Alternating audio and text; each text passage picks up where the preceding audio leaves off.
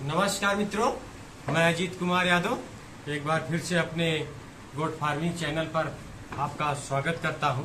जैसे कि आप जान ही रहे हैं कि मैं बकरी पालन कर रहा हूं और बहुत मजे से कर रहा हूं कि जैसे कि आप देख सकते हैं मेरे फार्म पर नए नए बच्चे आते रहते हैं। जैसे आप इधर देख सकते हैं, ये नए बच्चे हैं बिल्कुल, और इधर आप देख सकते हैं इसमें छोटे बड़े सभी बच्चे हैं। 6 महीने के हैं, 5 महीने के हैं और 2-2.5 महीने की इधर बैठे हुए हैं। आप देख सकते हैं 3 महीने के हैं। उधर बड़ी संख्या में मदर गोट हैं, कुछ खसी जो तैयार किए हैं, जो तैयार कर रहे हैं अगली बकरीद के लिए, उधर हैं। पार्टीशन बाई पार्टीशन सभी को रखा जाता है, सभी को खिलाने की व्यवस्था पार्टीशन बाई पार्टीशन किया जाता है। क्योंकि अगर ऐसा नहीं करेंगे तो बकरियां बहुत मार धाड़ करती हैं। जो बड़ी बकरियां हैं वो छोटे बकरियों को खाने नहीं देंगी, कमजोर बकरियों को खाने नहीं देंगी और मेमनों को खाने नहीं देंगी।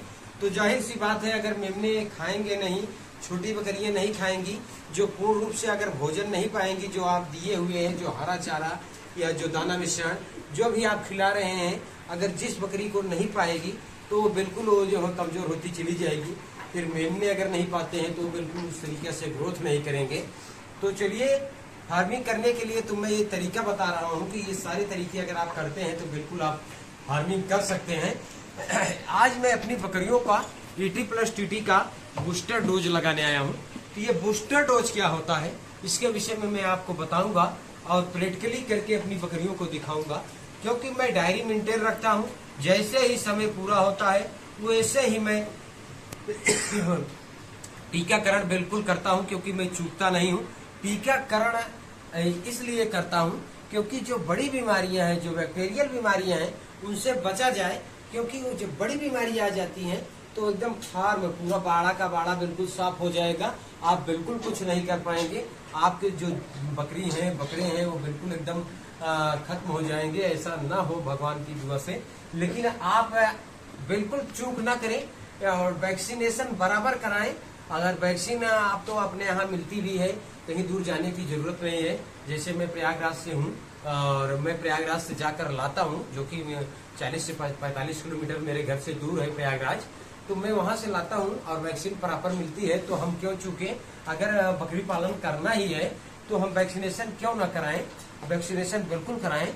अगर वैक्सीनेशन नहीं कराएंगे, लापरवाही करेंगे, तो फिर इसमें जो हम जमा पूंजी लगाए हैं उसको लॉस करेंगे और अपना समय लॉस करेंगे। तो चलिए, देरी न करते हुए मैं आपको दिखाता हूँ कि कैसे बूस्टर डोज में लगाता हूँ, कैसे उसका कोल्ड चेन मेंटेन रखता हूँ और कैसे लगाया जाता है। इसके पहले मैं ET+TT का वैक्सीन लगाया हूँ। तो बूस्टर डोज क्या होता है इसके विषय में मैं आपको बता दूं, फिर प्रैक्टिकली करके आपको दिखाऊंगा कि कैसे लगाया जाता है। जो ET+TT का वैक्सीन होता है, जैसे ये मैं लाया हूं और इसमें आइस क्यूब है, इसमें मैं बर्फ रखा हूं और बर्फ में कर हिलाना होता है। जैसे आप ये देख सकते हैं, मैं ज्यादा देर इसको बाहर नहीं रखूंगा क्योंकि गर्मी बहुत ज्यादा है। तो वैक्सीन अगर गर्म हो जाएगी तो बिल्कुल खराब हो जाएगी। जैसे देखिए ET+TT है, तो ये वैक्सीन मैं पहले लगा चुका हूँ। आज 21 दिन या 22 दिन हो गए हैं, 22 दिन। तो इसी वैक्सीन को मैं दोबारा लगाऊंगा, तो इससे ये होगा कि ये बूस्टर डोज हो जाएगा। जैसे काम तो वो ही वैक्सीन कर रही थी, लेकिन जब मैं दोबारा लगा दूंगा तो पीछे से बिल्कुल इसको सपोर्ट मिल जाएगा और ये ज्यादा एक्टिव हो जाएगी और ज्यादा काम करेगी। तो बूस्टर डोज आज मैं आपको लगाने जा रहा हूँ बकरियों को। तो लगाना कितना होता है, जैसे कि मैं 2 ml और चमड़ी में ही लगाऊंगा, क्योंकि चमड़ी में ही ये वैक्सीन लगती है। और लगाना 2 ml है, चाहे छोटी बकरी हो, चाहे बड़ी बकरी हो, चाहे जितना साइज की बड़ी है। ऐसा नहीं है कि ये 50 किलो का है जिसको ज्यादा लगाएंगे, ये 10 किलो का है जिसको कम लगाएंगे।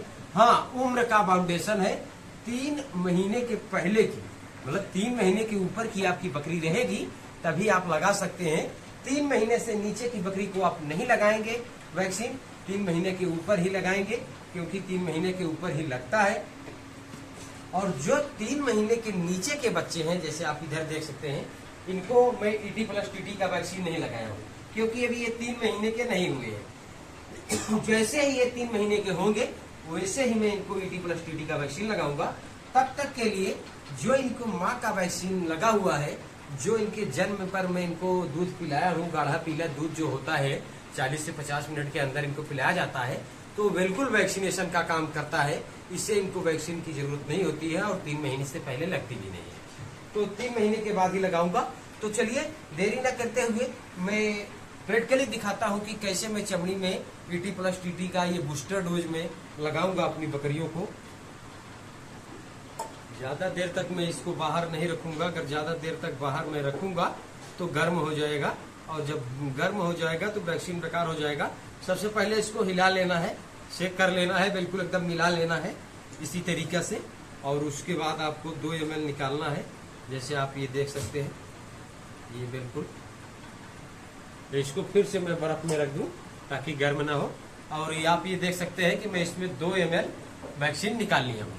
और पहले मैं वैक्सीन लगा दूं, वरना गर्म हो जाएगी, सिरिंज में गर्म हो जाएगी। उसके बाद मैं बताऊंगा कि मैं शाम को वैक्सीन क्यों लगा रहा हूँ।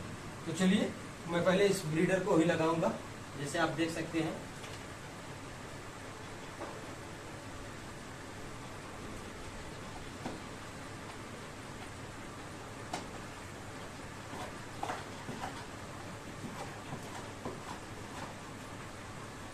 तो मैं वैक्सीन इसको लगा दिया हूँ, और शाम को मैं इसलिए लगा रहा हूँ क्योंकि वैक्सीन ठंडे में लगाया जाता है। जैसे धूप हो गया है, ज्यादा गर्मी हो गई है या धूप निकली हुई है, तो उसमें वैक्सीन न लगाएं क्योंकि दिक्कत हो सकता है।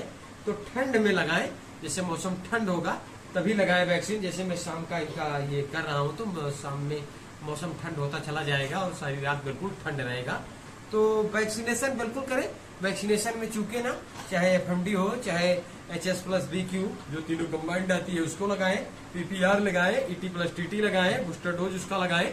ET+TT का ही बूस्टर डोज होता है, बाकी और वैक्सीनों का नहीं होता है। तो दोस्त, ये एक छोटा सा वीडियो था। अगर वीडियो पसंद आए तो लाइक करें, सब्सक्राइब करें। दोस्तों बस आज के लिए इतना ही, फिर मिलते हैं नेक्स्ट वीडियो में।